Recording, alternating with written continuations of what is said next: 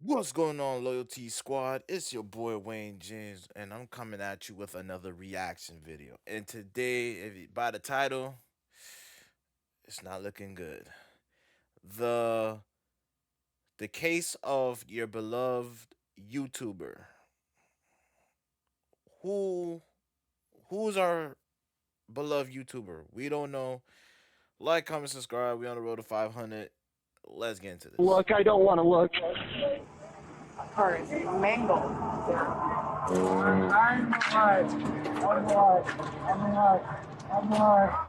Oh, damn. I hit somebody. I know. I actually was a fan. Yeah. He reminded me of you so much. When I get out of here, I'm gonna start a YouTube. I think the first video I should make is like about this. On January Why you want to make a YouTube about your accident? 31st, 2025, a white van smashes into a car stopped at a red light, leaving the beloved YouTuber known as Desert Drifter in critical condition. Damn. But what first appears to be a tragic accident unravels His name is Desert. What's his name? Desert Drifter. under scrutiny as disturbing evidence pulls the case in a shocking new direction. Okay, and that is almost like it sped up before it even got to him. There was no, you'll see. The following is based on official police records, and the footage has never been seen before until now. Just after 10 p.m., dispatchers in Grand Junction, Colorado are alerted to a severe crash involving two vehicles at a four-way intersection. 911, this is Chennai. What is the address of your emergency? Hey, I'm on the corner of North and First, and there was a crazy accident. Okay, we were you need involved? ambulance here. Yeah, we're getting a lot of calls. Were you involved? No, I was not involved. I'm a total. I don't want to look. I don't want to look. Okay. Oh. Nearly a dozen calls flood in, including one from two witnesses who saw the incident unfold. The guy was driving sporadically. We could see he ran a red light before. And he was hauling butt down the road. And Oh my God, baby, we got Okay, gotcha. we got to stop. And you said it was a van or whatever kind of vehicle? I can't tell what it is. It's like a utility van. That's the one that ran the red light. and smacked into this other vehicle. And I can't tell what the other car is, but it's nasty. Like a sedan of some kind? Something Yeah. like that, yeah. Officers arrive to find the white van with smoke pouring from its damaged engine. A second vehicle lies overturned against a building, its frame crushed so badly it's nearly Damn. unrecognizable. Yes. Somebody is trapped in this car. He's talking to you until they get here, okay? Hello. There they are. See, he's here, okay? He's conscious. He's like responding with movement. Is there anybody else in there with you? There's somebody very, very heavy damage in this car that's upside down. One person trapped inside.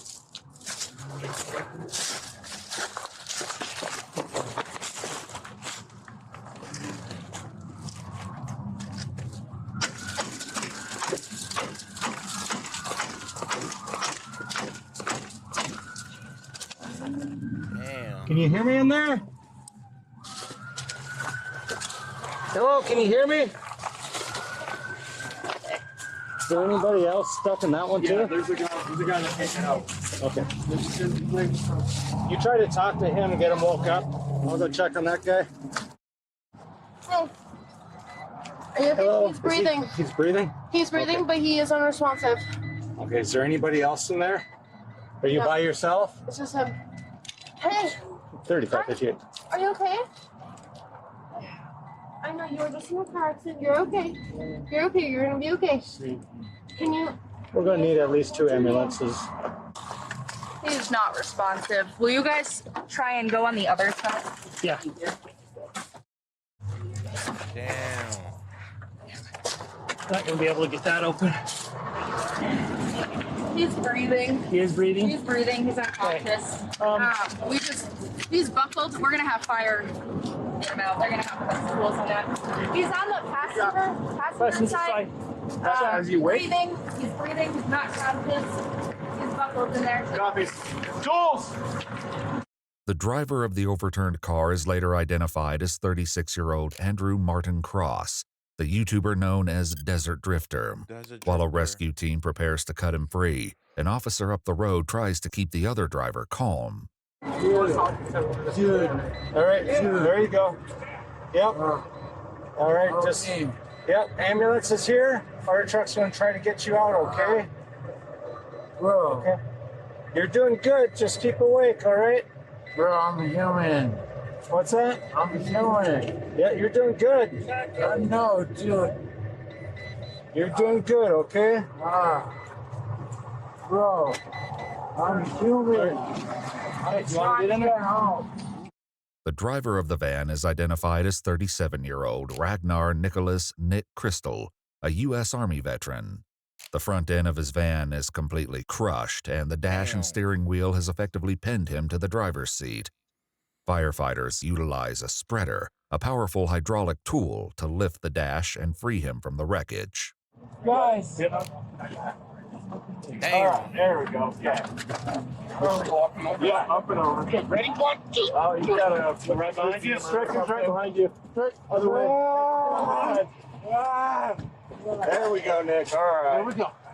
There we go. Like I said to everybody out there who are driving, and I love driving, and this is the type of reason why I refuse to drive in certain places, because the shit like this, like you never know, in a blink of an eye you will get into some car wreck like that. You know what I'm saying?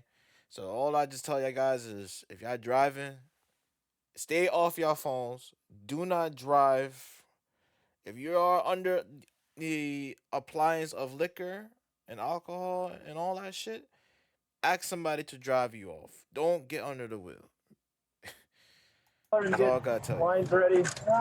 Meanwhile, backup officers arrive and attempt to collect statements from witnesses. Hi.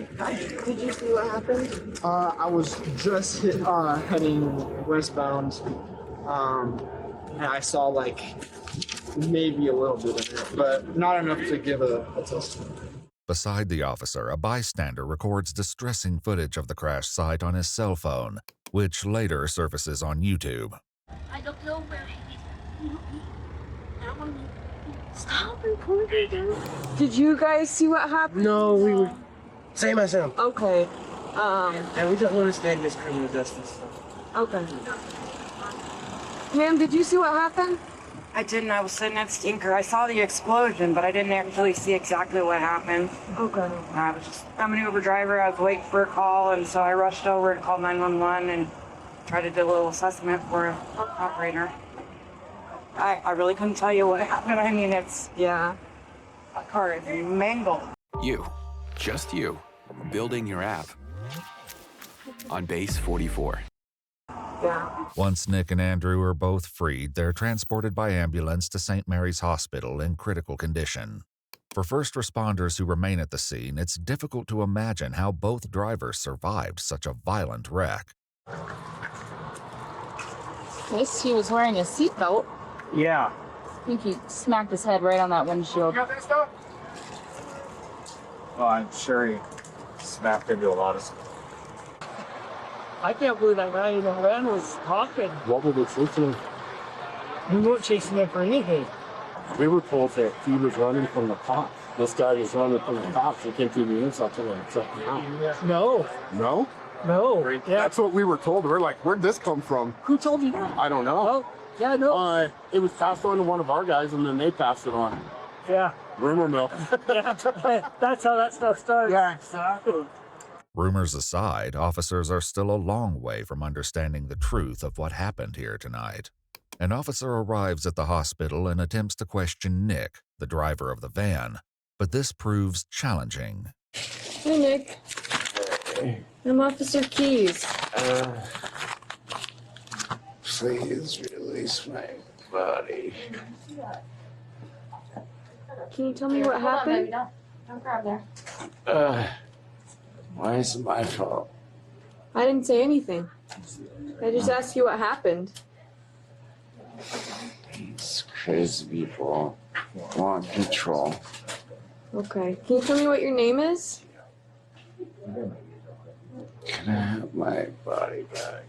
Though his words make little sense, it's still too soon to determine whether that's due to injury or something else entirely.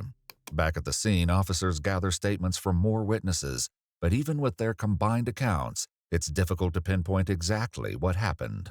This car was facing eastbound on north at the red light.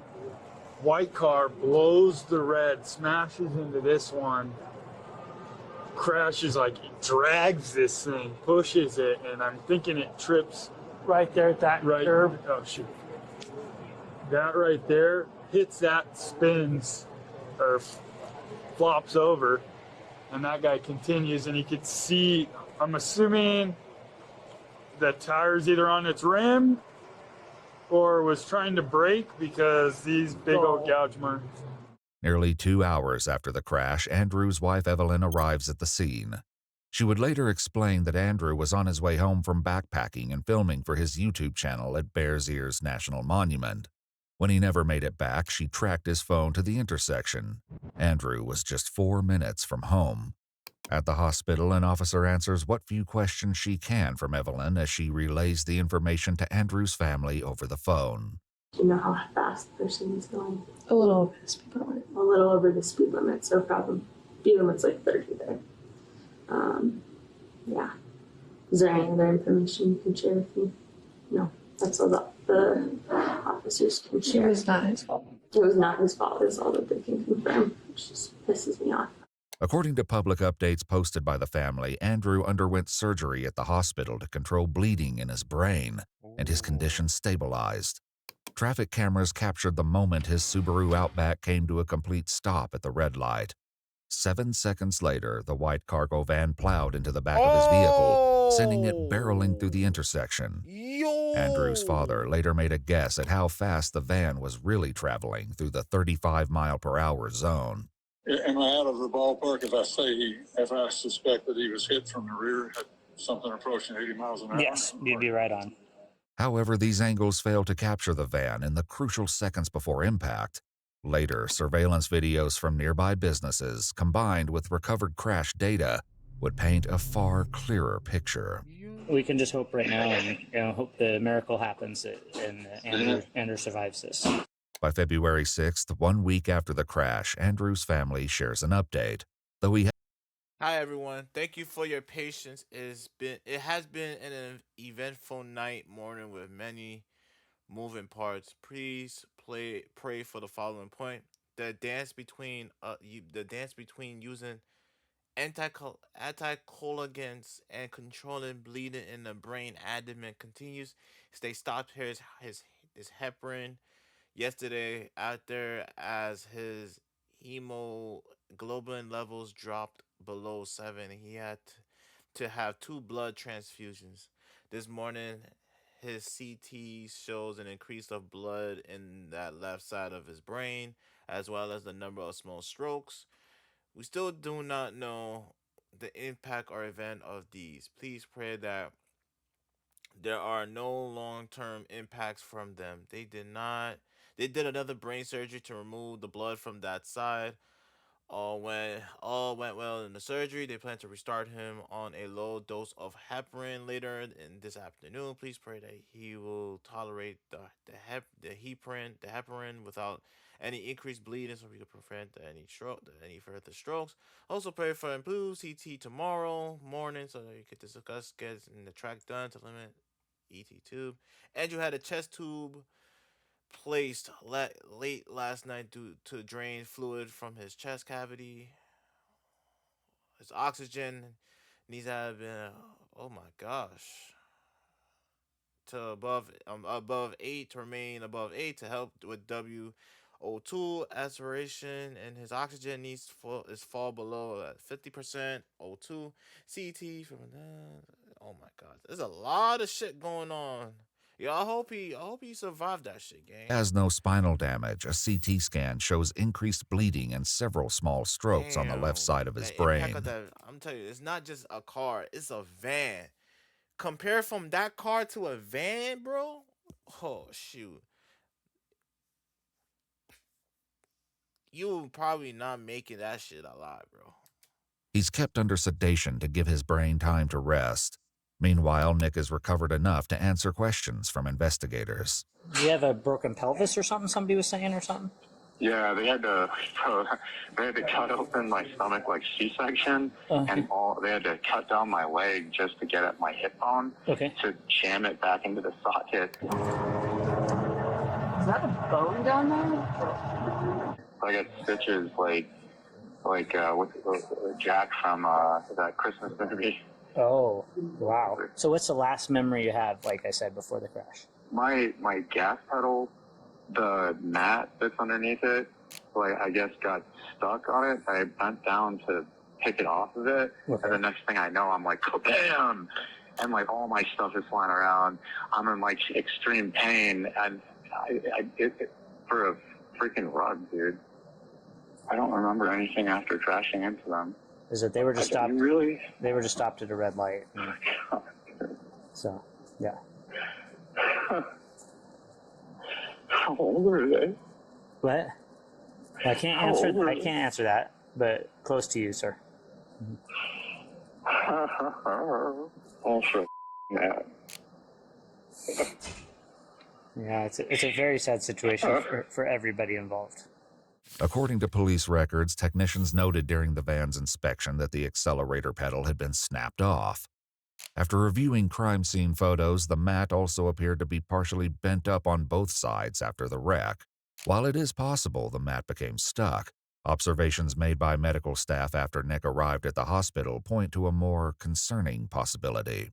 Any drugs, alcohol, or any other distractions that night, sir? No, so since I don't have a phone and my leg was visibly out of my skin, I didn't know how to cope and wait. So I drank like a bunch of shots just sitting in my vehicle just to try to mitigate with something I'm still struggling with right now. Okay. So are you talking after the crash? After, yeah. Oh, after the crash, you started drinking a bunch of shots. Yes. Oh, okay. Okay. All right. But nothing before. No, the pain was. But nothing before. You got a search warrant for him? No, the pain was so freaking intense that it's like.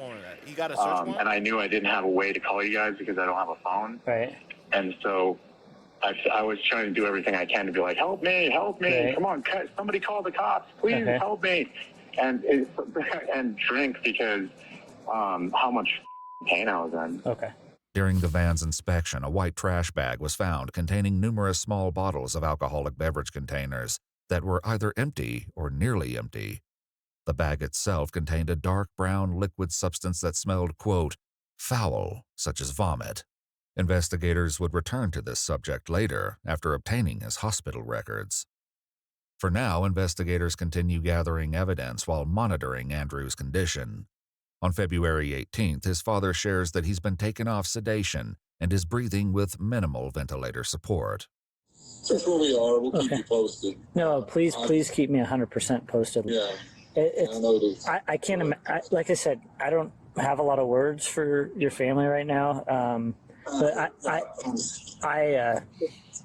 I've been looking at my own son, honestly, a lot different. He's 16, going to be 17 soon, and every time he leaves the house now or anything driving, like, your family is, on my mind, and I'm sorry. So. Yeah, no, I appreciate it. Andrew is still in the ICU on February 21st when Nick is finally discharged from a VA hospital.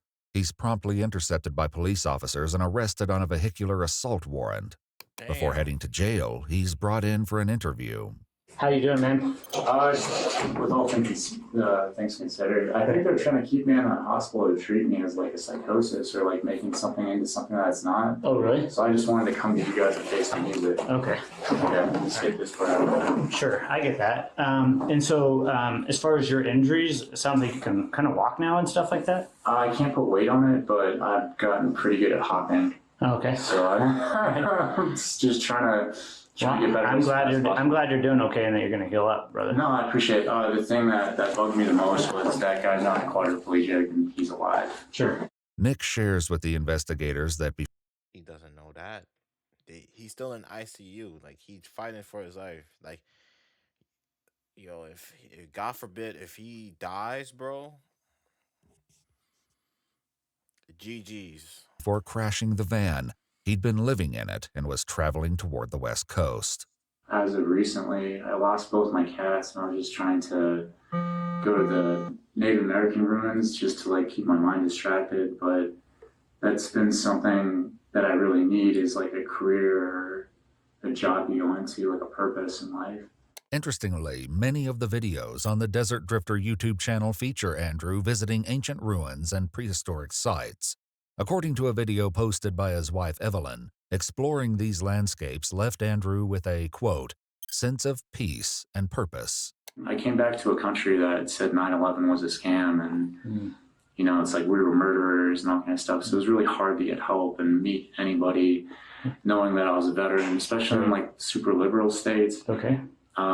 They had a lot more animosity. So I was just trying to drive around until I found a state that accepted a veteran just trying to get back on his feet. Claiming he has little memory of the crash, Nick listens as the officer walks him through what they saw on the traffic cameras.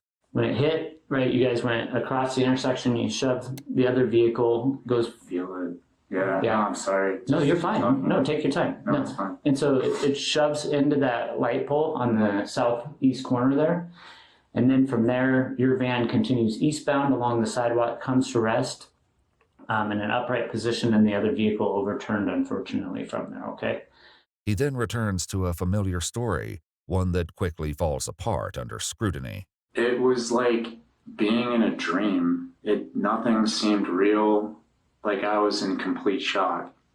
All I could feel was pain radiating all through my body. Okay. I didn't know what to do. I keep emergency shots I have like emergency kit with like Band-Aid and stuff. Okay. And so I keep shooters in there, and I just remember drinking them and throwing them out the window. As imaginative as his explanation might be, it's in direct conflict with witness statements and what's clearly observed in body cam footage. He's breathing. He's breathing? He's breathing, but he is unresponsive. I'm Sora 2, the new AI in town. We're not afraid. Did you ever see him eat or drink anything while they were in front of you? No, for the majority of the time he was unconscious. Okay. I don't know how to explain it. Right. It was like I wasn't me. This isn't real. This isn't happening. And I think it was like a dream. And so doing the shooters was like me trying to connect back to reality almost. I don't know how to explain that. Hospital records would later reveal that Nick had a blood ethanol level of 0.201 when his blood was drawn at the hospital at 1:45 a.m., nearly 4 hours after the crash. Detectable amounts of fentanyl and THC were also found in his bloodstream. Damn. Investigators also shared something with Andrew's father that has disturbing implications. We have a ready report. Do you know what that is? No. Report every drunk driver immediately. Oh. We have that from hours prior to the crash, out near the Palisade area. Okay. With that van. But that was quite a few hours prior, but had already reported that they were possibly, under the influence at that point. Have you ever gotten a DUI before or anything like that? 11 years ago. Oh, 11 years. Oh, quite a while ago. According to police records, Nick was arrested in February of 2014 and charged with DWI, aggravated DWI, and reckless endangerment. He was sentenced to 3 years of probation. However, the potential consequences this time could be far more severe given Andrew's condition. The guy hits. I ain't gonna lie, guy. I'm not gonna lie, gang. My man about to screw this whole shit up, man. He about to throw his life all... I'm gonna tell you guys like this, man. Nigga, if I don't drink, I mean, I do a little drinking, but I stopped drinking completely. But if I rather have a DUI, man, if I get 3 years probation, I'm throwing all my liquor. I'm throwing all that shit away. If I have friends tell me, yo, drink this, drink that, nigga, I ain't drinking shit. Nigga, I'm keeping my body healthy. I'm trying to connect back with the God, with the Lord. You know what I'm saying? I'm trying to do things positively, cause you know what I'm saying. Cause you know things like that could like ruin your life. You know what I'm saying? Like literally, one drink at the end of the bottle. You know. Not a quadriplegic, and he's not dead. I have no idea what his status is going to end up being. I mean, he's still at the hospital, right? And he's still not doing very well at all. But I don't know what his end result will be. He's not alert. He's not awake. And so I spoke to his father. I've spoken to his wife a few times. And so we're just trying to put it all back together, what actually happened that night. The only thing, like I said, that I know for sure, based off of the video, is that he was just stopped at a red light when you hit the back of his vehicle. Maybe this thing has changed the course of what your purpose looks like. I don't think I would have ever forgiven myself. Like, I think this probably is what needed to happen. Even if this incident changes the course of Nick's life for the better, Andrew's father would likely disagree that it was worth the cost of what happened to his son. How are you doing?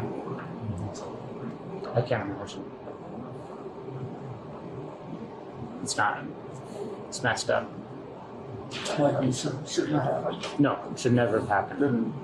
No, it's not even explainable, really. And it's not in any way. Like, so there's, when I've dealt with a lot of crime in my 19 years, right? There's sometimes where people are victims, right? And then there's victims, right? And this is one where it's just 100%. He is a victim every way. So is there anything you want me to tell the family, or that you would say that I would gladly give my life, because I don't have one, for that person just to wake up and have one. Okay. Right. Following Nick's interview, he's booked into the Mesa County Jail. But the case is far from over. Crash data, additional surveillance footage, and Nick's own private confessions will soon cast the incident in a much darker light. For now, Nick reaches out to his estranged mother, who's all too familiar with the victim, Andrew Cross. Hello, Nick. Oh my God.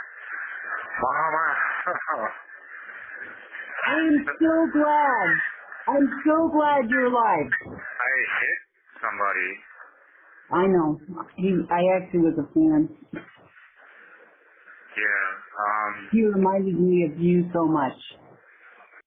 Eric and I used to watch his videos. In fact, we were going to go and take trips to some of the places he'd been just to get out and do something. Andrew's YouTube channel, described as exploration and adventure with a historical twist, mainly focuses on solo hiking treks in both well-known and remote areas, often highlighting historical sites and artifacts. While collecting Andrew's belongings from the totaled car, his father shared further details about his son. He was a history major undergrad at Virginia Tech. He started this channel on a whim because he had an interest in the as you know, these are referred to them, the ancient peoples that populated the lands to our west and south here. So he started putting his videos up, and he's in less than a year he had over 400,000 subscribers. To date, his YouTube videos have amassed over 97 million views. I've been doing this stuff for years and never would have imagined that other people would be interested in coming along.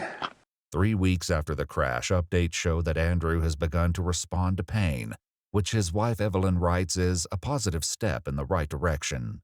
Meanwhile, Nick continues speaking to his mom from jail, describing his van life adventures. I was going long-term camping. Mom, I saw the most beautiful things in nature that really... So, like, Jesus in the Bible, he's like the embodiment of like feminine and masculine. I think that's why he has like a big heart. And in the military, they only teach you how to be masculine. You know, how like feelings are poison, and like, talking about your feelings is something gay or whatever. But like, when I was camping, I saw the entire Milky Way. And I was crying for the first time in my life. On February 22nd, Andrew's sister shares that he's developed pneumonia, but continues breathing on his own with little support. They also begin reading him comments left by his fans, who pray relentlessly for his recovery. In a video call recorded from jail between Nick and his sister, they discuss what Andrew's condition means for his case. Yeah, so I guess Andrew's going to make it out of this, which is good. Yeah. Which is like kind of a godsend, dude, if I'm really being honest with it. Given the type of family he comes from, I don't think they're going to try to, like, really mess you up, man. You know? Well, I think if Andrew makes it out of this, dude, I'm like, like, I'm pretty God, emotional about that, like, dude. had your back on this. Like, you have to see God. Like, God crashed you both. Like, but God's kind of, like, coming out on this one. No, I don't want that to be on my conscience, and, like, I think all of this happened for a reason. On February 28th, Andrew's sister Jenna provides another update on her brother's condition. Writing, his responses to neuro exams haven't changed. If anything, they've become less noticeable. The statistics about Andrew's likelihood to have a moderate recovery or even regain consciousness are discouraging. And it seems like the more info we get, the bleaker the picture. As officers visit with Nick at the jail, he requests an update. Is Andrew still alive? He still is, but I don't know that it's looking very good. So I do know he's in extremely bad shape, but you know, his family's there praying for him and stuff, and but I don't know, man. Just to be perfectly honest, I don't want to hear that. If he makes it even, I'm still gonna make a YouTube about that. Yeah, or something. Do something. Just to prevent people, because it's like I can't even sleep. I can't even. Yeah, I think, and you know, I do know of folks that go around and like speak at different, like maybe at I would like to do it while I'm still in and have the kids see me get shackled back up. Yeah. Because it really would teach a lesson. Like, bro, I'm not even joking. Yeah. The Canada-Russia final showcasing the two most talked about prospects in the world. As Andrew's condition declines and Nick remains behind bars, investigators continue analyzing the evidence. In the week following the crash, officers met with the nearby businesses, gathering two new angles of the crash. The first offers a wider view of the street, and the audio captures the moment of impact with disturbing clarity. I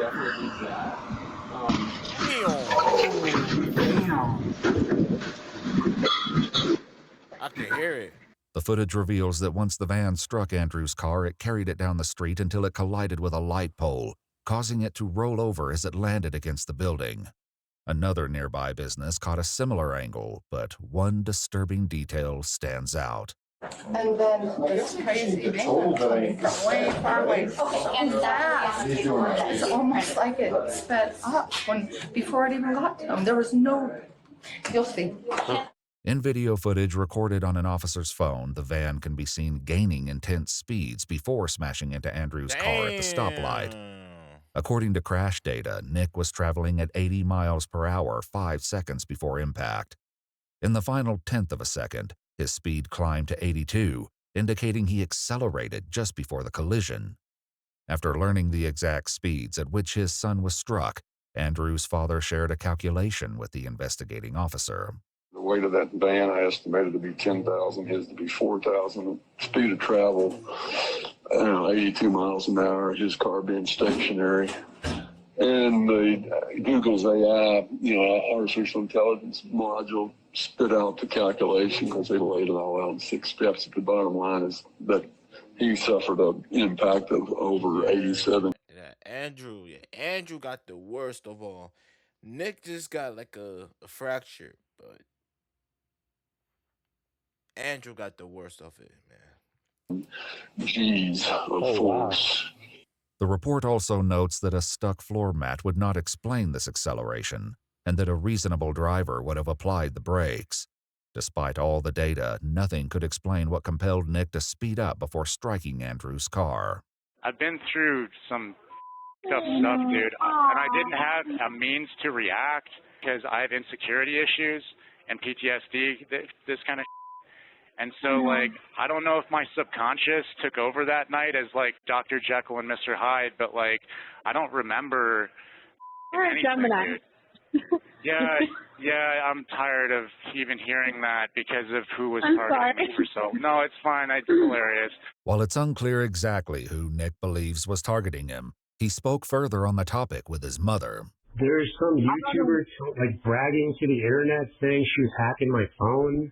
You know, it's like it was a pretty traumatic 7 years ever since meeting Ross.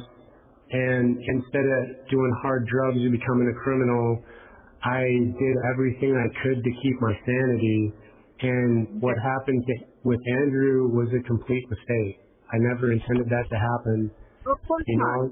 Dude, I was on the phone with the government, and I was like accurately pointing out their emotions on a phone as they felt them, even reading their minds. And I became such a controversy that there's thousands of people on the internet that were calling me the beast from the Bible, dude. And while discussing the crash with his mother, a crucial detail in Nick's story suddenly changes. I had edibles for, like PTSD or whatever to go to sleep at night, and I hadn't drank in a year. It wasn't me drinking on my own because I'm sad. There was somebody that came up to my van that offered me, they had a big bottle of Jägermeister, and that's the last thing I remember. And then I remember waking up in the hospital, just lost and alone, Mom. Okay.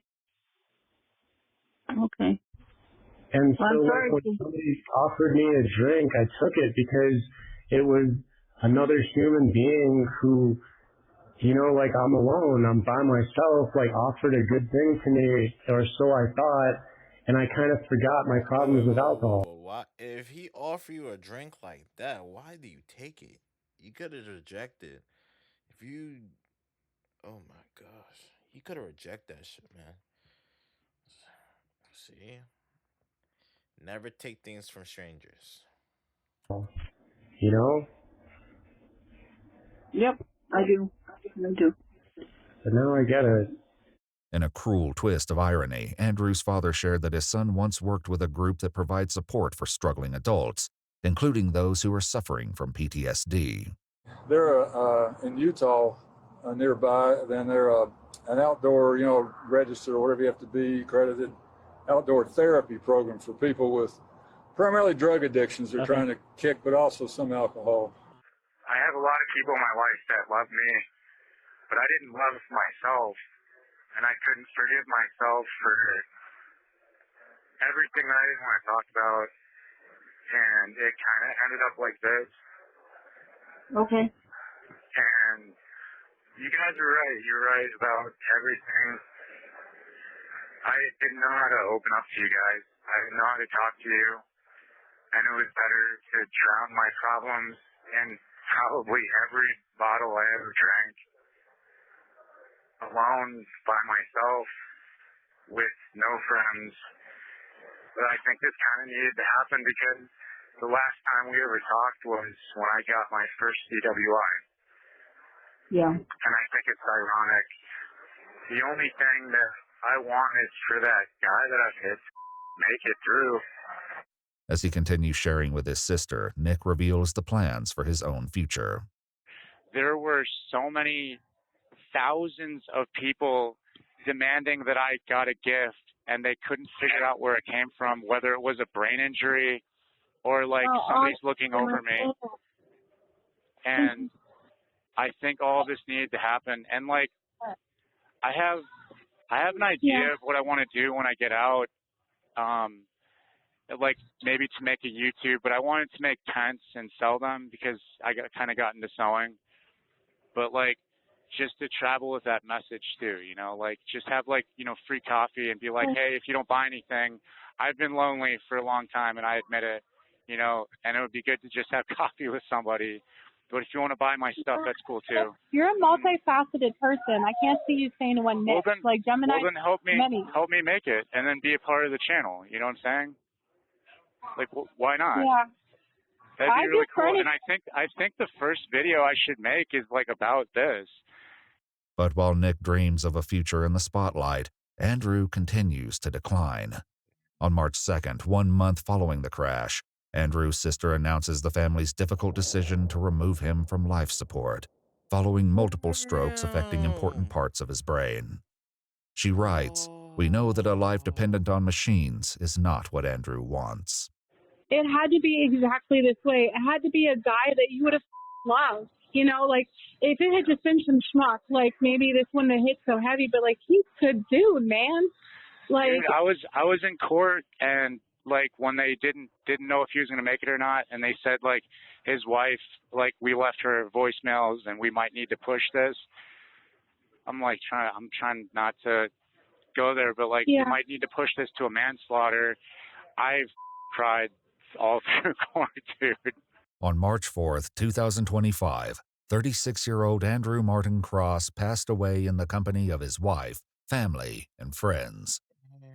Bueno, bonito y barato. Así es el internet que Optimum te ofrece. Internet de fibra, súper rápido y Before his death, Andrew's best friend and dad tirelessly dug through the wreckage of Andrew's car to find his camera, in the hopes of salvaging his footage. Right? He's got a camera that's on a pole that he does a lot of filming with. Yeah. And wait a minute here. He uses that one. yeah, he uses that. Do you know what it looks like? Yeah, it looks like your body cam. Kind of. It's a little smaller. On a stick? On a stick. Yeah. Well, the interesting thing is we found in that van earlier, and I wonder if when they were scooping things, if they threw it in there. Probably. Oh, yeah. So wait, just a minute. Let me go over there. Let me see. They're missing a 3D camera, and they're describing it as that one that we saw here, John. That 3D one? Yeah, that one. Cool. I think I got it, John. Wow. Yeah. Is that his? That's awesome. Yeah, that's his. Wow. Heck yeah. That's great. Thanks, guys. Yeah. Miraculously, the equipment was still functioning enough to download the footage. Evelyn uploaded the final adventure of her husband to his YouTube channel in October of 2025. Nothing but shenanigans, my friends. I'm glad you were with me. I could feel your presence. As Nick faces upgraded charges in the wake of Andrew's death, he recalls a near-death experience in which he was given an unexpected warning. Like, I was at peace, but, like, Grandma was trying to explain to me, like, you can't leave a debt unfulfilled, especially when you take somebody's life. Once I pay the price for my crime, which is Andrew, in a court of law, I don't owe any, I'm not a sinner. I didn't, it's like, it's when you do crimes against people and you run away from it, that's when you're a sinner. That's when you're a liar. That's when you're a manipulator. But if you get punished here on earth, then it's settled. On October 8, 2025, Ragnar Nicholas Kristl pleaded guilty to vehicular homicide while driving under the influence as part of a plea agreement. In December of 2025, he was sentenced to 10 years in the Colorado Department of Corrections, followed by 3 years of parole. If you'd like to see select new videos early and 10 years? No, that's not, nah. 10 years is crazy. That's a clean sweep, bro. 10 years? Oh my gosh. That's not 10 years. That's not the life. That's not even a sentence to take away somebody's life, bro. It has to be like 20, like 30, like 25 to 35 to life, bro. Cause imagine if it's, matter of fact, let me just edit it out. Let me just not, but damn, R.I.P. to Desert Drifter, aka Andrew. Love and condolences goes out to the family. That is crazy to hear about this case, man. Life lesson learned to everybody who's out there driving. Like I said, keep your hands off your phones. Do not take illegal substances. Don't touch the bottle or liquor. No, none of this shit. If you are under influence of drinking, I advise you call a friend or tell somebody to drop you off because we don't want nobody to go to the same situations like how this is because this is crazy. Like, comment, subscribe. This is the end of the video. I hope you guys enjoyed this. I'm Wayne James. Till then, stay safe, stay blessed, be true to yourself. I'm out.